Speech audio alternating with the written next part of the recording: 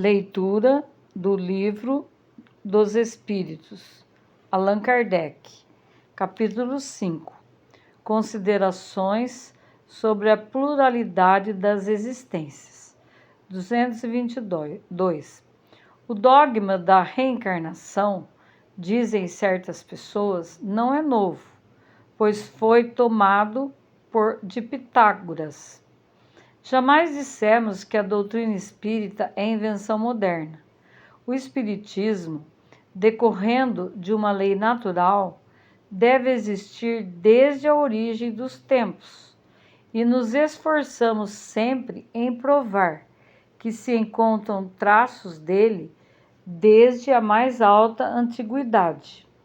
Pitágoras, como sabemos, não é o autor do sistema da metempsicose, pois o tomou dos filósofos indianos e dos meios egípcios, onde existiu desde tempos imemoriais.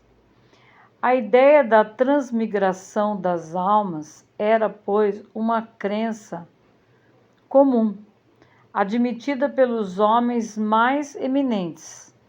Por que meio chegou até eles? Pela revelação ou pela intuição? Não sabemos. Porém, qualquer que seja uma ideia, não atravessa os tempos e é aceita por qualquer que seja inteligências destacada, sem ter um lado sério.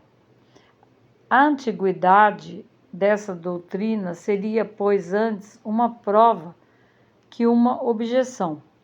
Todavia, como se sabe, igualmente, há entre a metempsicose dos antigos e a doutrina moderna da reencarnação esta grande diferença que os espíritos rejeitam de maneira absoluta: a transmigração da alma do homem para os animais e dos animais para o homem. Os espíritos, ensinando a doutrina da pluralidade das existências corporais, renovam, pois, uma doutrina que nasceu nas primeiras idades do mundo e que se conservou até os nossos dias no pensamento íntimo de muitas pessoas. Apresentam-na apenas sob um ponto de vista mais racional, mais conforme as leis progressistas da natureza e mais em harmonia com a sabedoria do Criador, despojada dos acessórios da superstição. Uma circunstância digna de nota é que não foi somente neste livro que eles a ensinaram nos últimos tempos. Antes da sua publicação, numerosas comunicações da mesma natureza foram obtidas em diversos países e depois se multiplicaram consideravelmente. Seria o caso de examinarmos aqui porque todos os espíritos não parecem de acordo com este ponto. Isto faremos mais tarde. Examinemos o assunto sob um outro ponto de vista e abstração feita de toda a intervenção dos espíritos. Deixemo-los de lado por enquanto. Suponhamos que essa teoria não foi ensinada por eles, e mesmo que ela não foi jamais por eles cogitada. Coloquem-nos momentaneamente em um terreno neutro, admitindo o mesmo grau de probabilidade para uma e outra hipótese, a saber, a da pluralidade e da unidade das existências corpóreas. E vejamos para qual delas nos guiará a razão e o nosso próprio interesse. Certas pessoas repelem a ideia da reencarnação por motivos apenas da sua conveniência, dizendo acharem bastante uma só existência e que não gostariam de recomeçar outra semelhante. Reconhecemos que o simples pensamento de que tenho de reaparecer sobre a terra, as faz pularem de furor. Temos só uma coisa a lhes perguntar: é se pensam que Deus pediu com seus conselhos e consultou o seu gosto para regular o universo. Ora, de duas coisas, uma: ou a reencarnação existe ou não existe.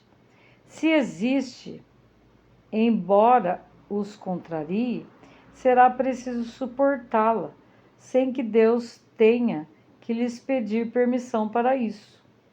Parece-nos ouvir um doente dizer: já sofri demais hoje e não quero mais sofrer amanhã. Qualquer que seja a sua irritação, ela não o ajudará a sofrer menos amanhã e nos dias seguintes, até que esteja curado. Portanto, se eles devem tornar a viver corporalmente, eles viverão, eles se reencarnarão, protestarão inutilmente, como uma criança que não quer ir à escola ou um condenado que não quer ir para a prisão, pois é necessário que passem por ela. Semelhantes objeções são muito pueris para merecerem um exame mais sério. Diremos, entretanto, para os tranquilizar, que a doutrina espírita sobre a reencarnação não é tão terrível como imaginam, e se a tivessem estudado a fundo, não ficariam tão assustados. Saberiam que as condições dessa nova existência dependem deles. Ela será feliz ou infeliz, segundo o que tiverem feito neste mundo, e podem, a partir desta vida, se elevarem tão alto que não temerão mais a queda no lodaçal. Supomos que falamos a pessoas que creem em um futuro qualquer depois da morte, e não àqueles que tomam nada por perspectiva, ou que pretendem afogar sua alma no todo universal, sem individualidade, como as gotas de chuva no oceano, o que vem a ser o mesmo. Se, pois, credes num futuro qualquer, não admitireis, sem dúvida, que ele seja o mesmo para todos, pois, de outro modo, onde estaria a utilidade do bem?